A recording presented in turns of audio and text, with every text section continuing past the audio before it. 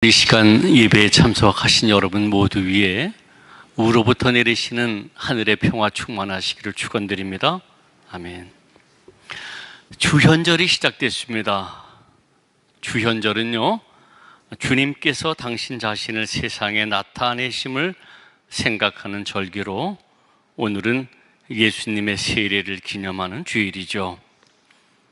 오늘 우리 예수님의 세례 사건을 기록한 마태복음 3장 13절부터 17절까지를 살펴보도록 하겠습니다. 예수님에 대한 여러분들의 신앙 고백은 어떠하신가요? 다양하게 이야기할 수가 있겠습니다만은 예수님에 대한 우리 기독교인들의 신앙 고백은 예수님은 하나님의 아들이시며 하나님 자신이다 라고 하는 고백이죠. 또 인류를 구원하시기 위하여 십자가의 대속 제물로 죽으신 메시아시다, 그리스도시다. 그래서 우리는 예수 그분을 그리스도로 믿는 것, 예수 그리스도를 믿는 사람들이죠. 마태복음 3장에는요, 이런 예수님보다 먼저 보냄받은 세례 요한의 이야기가 기록되어 있습니다. 잘 아시다시피 요한은 유대 광야에서 백성들을 향하여 회개하라, 천국에 가까웠다라고 외친 사람이에요. 그리고 자기 뒤에 오실 주님을 맞이하여 하나님의 통치를 받기 위해서는 지난날의 자신의 잘못을 회개하고 새로운 삶을 결단해야 한다, 그렇게 외쳤죠. 즉 죄 씻음과 새로운 삶의 결단이 주님을 맞이할 준비라고 하는 겁니다. 이리하여 요한은 자기에게 세례를 받으러 온 수많은 사람들에게 회개의 예식으로 요단강에서 세례를 베풀었어요. 그러므로 우리 요한의 세례를 죄를 회개시키는 의식이다 라고 부를 수가 있습니다. 그런데 그냥 대충 넘길 수 없는 중요한 일이 있습니다. 오늘 본문 13절 한번 보세요. 이때에 예수께서 갈릴리로서 요단강에 이르러 요한에게 세례를 받으려 하신대. 바로 이 말씀에서 볼 수 있듯이 갈릴리 나사렛에 살던 예수님께서 요단강까지 요한을 찾아와 그에게 세례를 받으셨다라고 하는 거예요. 대충 넘길 수 없는 중요한 문제예요. 왜냐하면은 예수님이 요한에게 세례를 받으셨다라고 하는 이 사실은요, 초대교회로부터 지금까지 중대한 신앙의 논쟁을 불러왔죠. 무슨 말씀인고 하니, 예수님 당시 유대인들은요, 이 요한을 대단한 신앙적 인물로 평가했어요. 그도 그럴 것이, 요한은 자기에게 세례를 받으러 오는 많은 바리새인과 사두개인들, 종교 지도자들이에요. 이들을 향하여 독사의 자식들아, 누가 너희를 가르쳐 임박한 진노를 피하러 하더냐, 회개에 합당한 열매를 맺으라고 독소를 퍼부을 정도로 영적 카리스마를 가지고 있었던 사람이잖아요.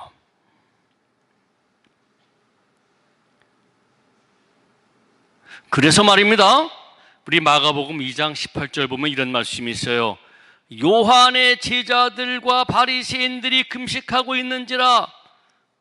다시 읽겠습니다. 요한의 제자들과 바리새인들이 금식하고 있는지라.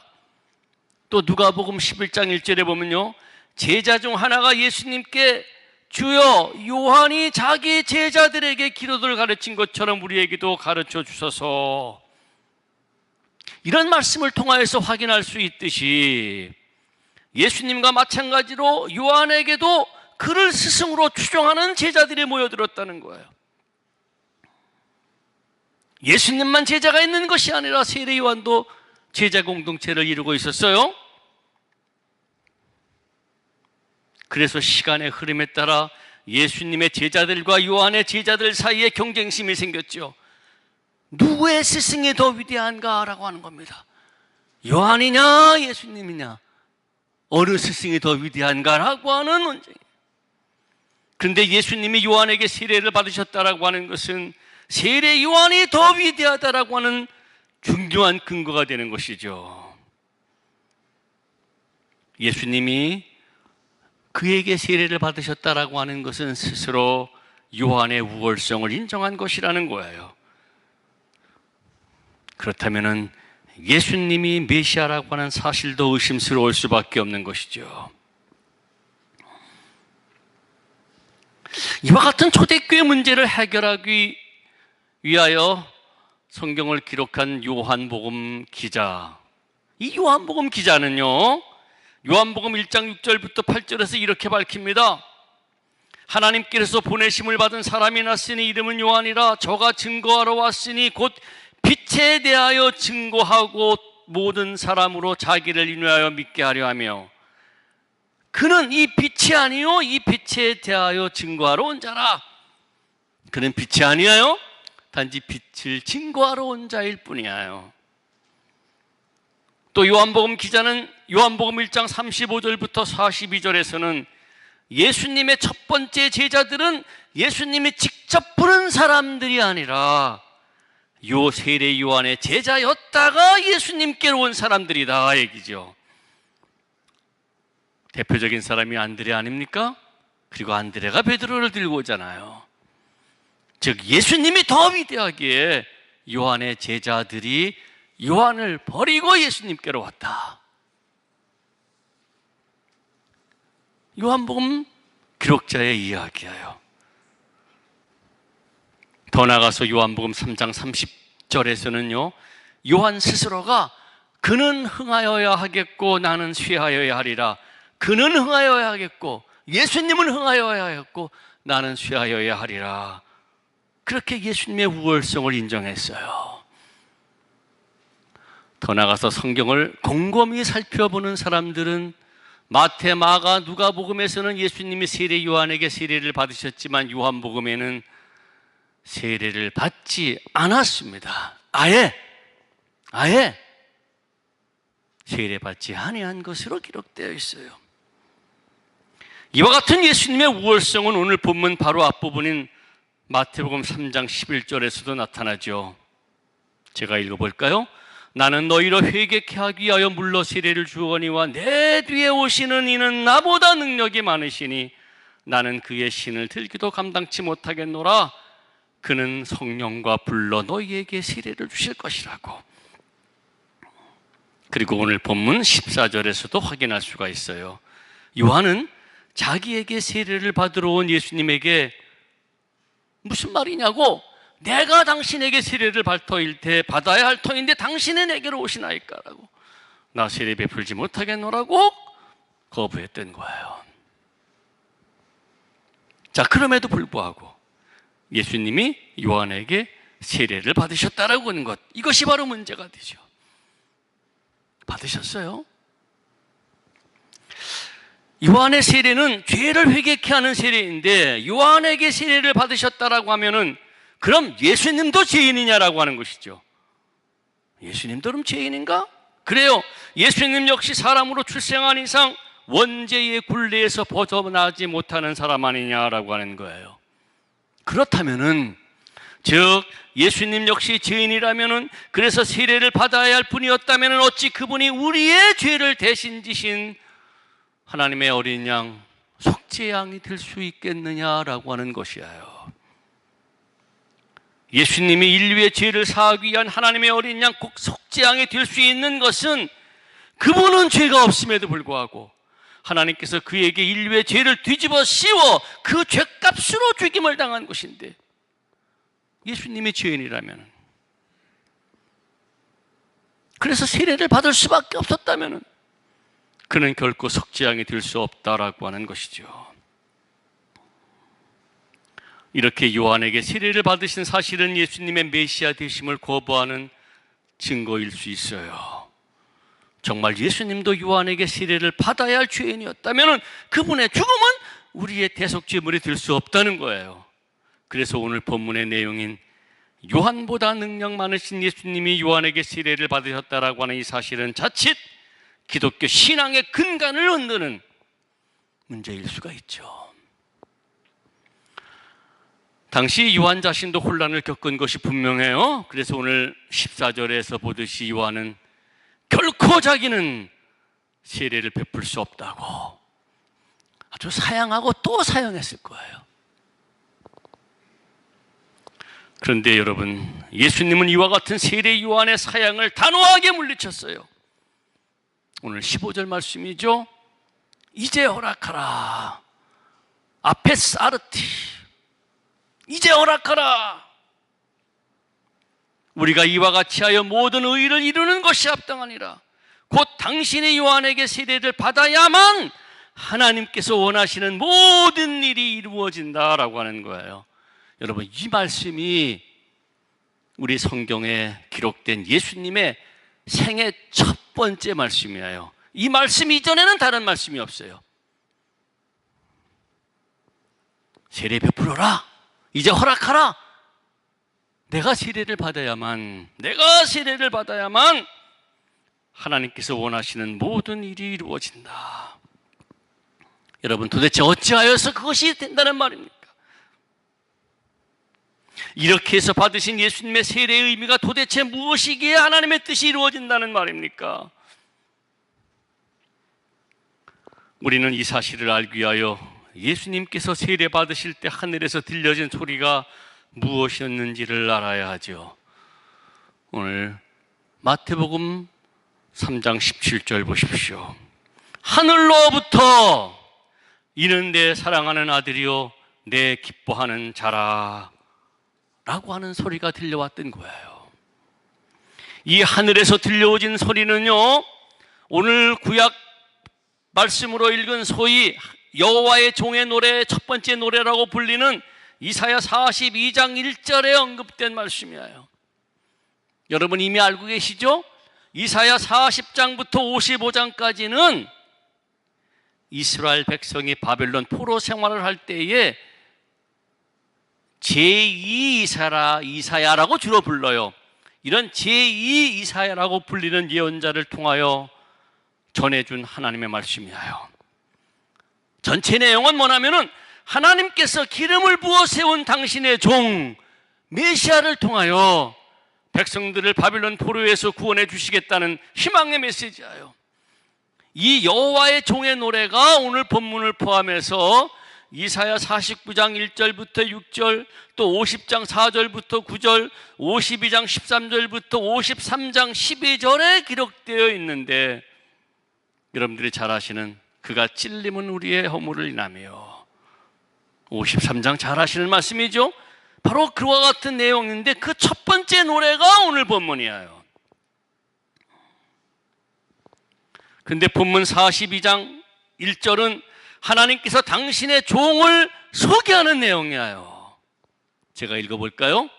내가 붙드는 나의 종, 내 마음에 기뻐하는 나의 택한 사람을 봐라.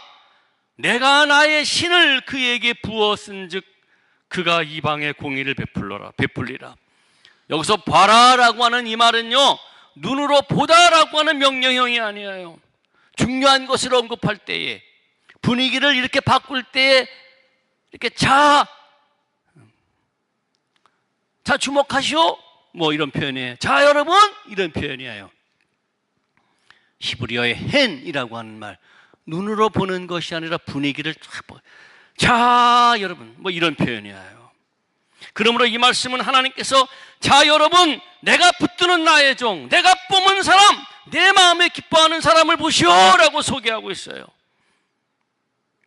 하나님께서 당신의 신 영이하여 루하으, 영을 그에게 부어주셨으며, 그래서 하나님의 영을 부여받은 이 종이 모든 세상의 공의를, 하나님의 뜻을, 하나님의 질서를, 하나님의 올바른 일을 베풀 것이다라고 하는 말이에요. 근데 오늘 마태복음에서 예수님께서 세례를 받으실 때 하늘이 열리고 하나님의 성령이 비둘기같이 자기에게 내려오는 것을 보셨다라고 하는 사실은 예수님께서 하나님의 영을 받은 하나님의 종인 메시아이심을 스스로 확인했다는 거예요. 또한 하늘로서 이는 내 사랑하는 아들이요 내 기뻐하는 소리를 들었다라고 하는 것은 여러분, 이 소리는요, 예수님만 들으신 것이 아니라요, 주변의 모든 사람들이 들은 거예요. 바로 이 소리는 예수님이 저 과거 이사야가 예언한 바로 그 메시아이심을 세상에 알린 것이라는 뜻이에요. 이사야 42장 1절에 소개되며 보내시기로 약속하신 하나님의 종이 다름 아니라 이 예수님이라고 하는 사실을 알려준 거예요. 그러므로 예수님의 세례 받으심은 예수님이 다름 아닌 오시기로 한 메시아이심을 세상에 드러내고 선포하는 사건인 동시에 예수님께서 메시아로서의 사역을 시작하는 출정식과 같은 행사예요. 예수님이 메시아라고 하는 사실을 선포하는 선포식, 또 메시아로서의 일을 시작하는 출정식, 그게 예수님의 세례 받은 사건이에요. 그래서 예수님은 세례 베풀기를 거부하는 요한에게 이제 허락하라, 이제 허락하라, 이렇게 해야 하나님께서 원하시는 모든 일이 이루어진다고 하시며 굳이 요한에게 세례를 받으셨다라고 하는 거예요. 그런데 여러분, 메시아이심을 드러내는 이 출정식, 이 선포식을 하는 예수님의 모습이 참으로 초라해요. 죄인의 모습으로 요한에게 세례를 받고 있으니 말이에요. 메시아이신데 꼭 이렇게만 하셔야만 했을까요? 이렇게 하나님이 보내시겠다고 약속하러 오신 메시아이신 예수님이 꼭 죄인의 자리에서 세례를 받으셔야만 했을까요? 그리고 후에는 꼭 나약하고 초라한 죄인으로 저 십자가에 죽으셔야만 했을까요? 그래요. 그래야만 했어요. 꼭 그래야만 했어요. 그렇게 하는 것이 하나님께서 원하시는 모든 일을 이루는 길이었기 때문이죠. 하나님이 바라시는 것은요, 메시아이신 예수님께서 당신을 구원의 대상인 죄인의 자리까지 낮아지게 하는 것이었어요. 당신의 메시아라면은 요한에게 세례를 받으러 온 모든 죄인들과 자신을 동일시 해야 하는 것이었어요. 이사야 예언자도 이사야 42장 2절부터 3절에서 당신이 기뻐하시는 종이 임무를 수행할 때에 무엇을 아니하며를 5번이나 거듭말하면서 메시아의 모습은 이래야 돼, 어떠해야 할지를 가르쳐 주었지요. 이사야 42장 2절부터 3절에 보면요, 종은 외치지 아니하는 사람이에요. 종은 목소리를 높이지 아니하는 사람이에요. 그 소리를 거리에 들리지 아니하는 사람이에요. 상한 갈대를 꺾지 아니하고 꺼져가는 등불을 끄지 아니하는 일을 하는 사람이에요. 이 말은 뭡니까? 엄청난 능력을 가진 사람으로서의 권세를 휘두르지 않고 아주 조용하게 사그러져가는 희망조차도 정성스럽게 돌보며 살리는 모습이에요. 즉, 하나님의 종인 메시아는 인간 사회에서 힘을 쓰는 사람의 모습이 아니라 나약하고 힘없고 눌린 사람들의 자리에 함께하며 이들을 받들어주고 도와줌으로 일으켜 세워주고, 이들을 위해서라면 기꺼이 이들의 고난도 대신 짊어지는 고난받는 종의 모습이어야 한다는 거예요. 그리고 그렇게 하는 것이 하나님의 공의, 미슈파트, 곧 하나님의 질서, 하나님의 의로움을 베푸는 것이다 라고 하는 것이었어요.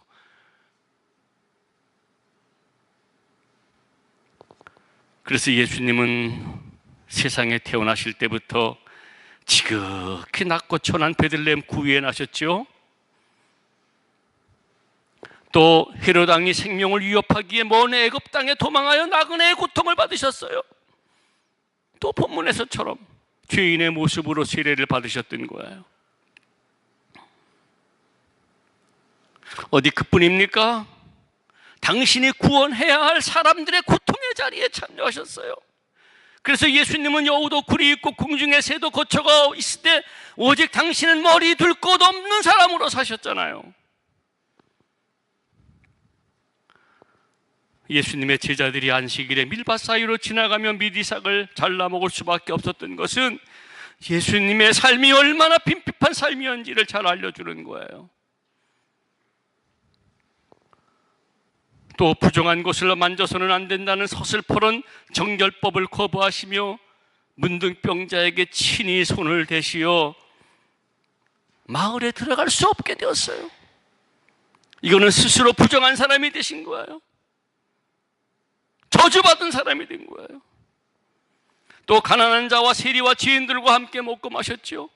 바리새인들은 어찌하여서 그런 죄인과 함께 하느냐고 비판했지만은 예수님은요, 건강한 자에게는 의원이 쓸데없고 병든 자에게 쓸데있다라고, 내가 긍휼을 원하고 제사를 원치 아니하는 뜻을 무엇인지 배우라.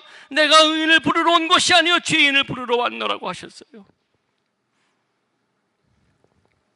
낮은 자리에 내려오셔서 온갖 죄악과 질병과 가난으로 고통받는 사람들과 함께 하셨어요. 그리고 끝내는 십자가에서 죽음을 맞이하신 것이죠. 사람들의 아픔을 당신의 아픔으로 삼으시고 사람들의 죄를 당신의 것으로 받아들인 거예요. 고난받는 종으로서 죽으신 거예요. 이스라엘의 속죄 제사의 희생양의 죽음처럼 친히 인류의 모든 죄와 허물과 고통을 짊어지셨던 거예요. 사랑하는 여러분, 구원이라는 것은요, 이렇게 죄인인 우리를 위하여 예수님께서 십자가의 죽음으로 절정을 이루신 그 그리스도의 사랑을 나를 위한 은혜의 사건으로 받아들이는 거예요. 요 믿음으로 우리가 구원받는 거예요. 그리하여 우리는 이 믿음으로 하나님의 자녀인 그리스도인이 된 것이죠. 그리고 오늘도 그 은혜에 감사하며 예배를 드리는 거예요. 그러나 우리 이와 같은 은혜에 감사하는 것으로만 머무를 수는 없습니다. 우리 한 사람 한 사람이 모두 예수 그리스도를 통하여 하나님의 종이 되었음을 우리는 알아야 합니다. 여러분, 그리스도인이란 그리스도에게 속한 사람, 또 그리스도의 것이 된 사람을 뜻할 뿐만 아니라 그리스도처럼 살려고 하는 사람을 뜻해요. 이렇게 살려는 고백으로 우리 모두 예수님처럼 성부, 성자, 성령의 이름으로 세례를 받았죠. 그러므로 우리는 저 예수님과 또한 제2 이사야가 소개한 하나님의 종의 모습을 통하여 하나님의 종으로서의 우리의 삶의 길이 어떠해야 할지에 대하여 우리는 생각해야 돼요.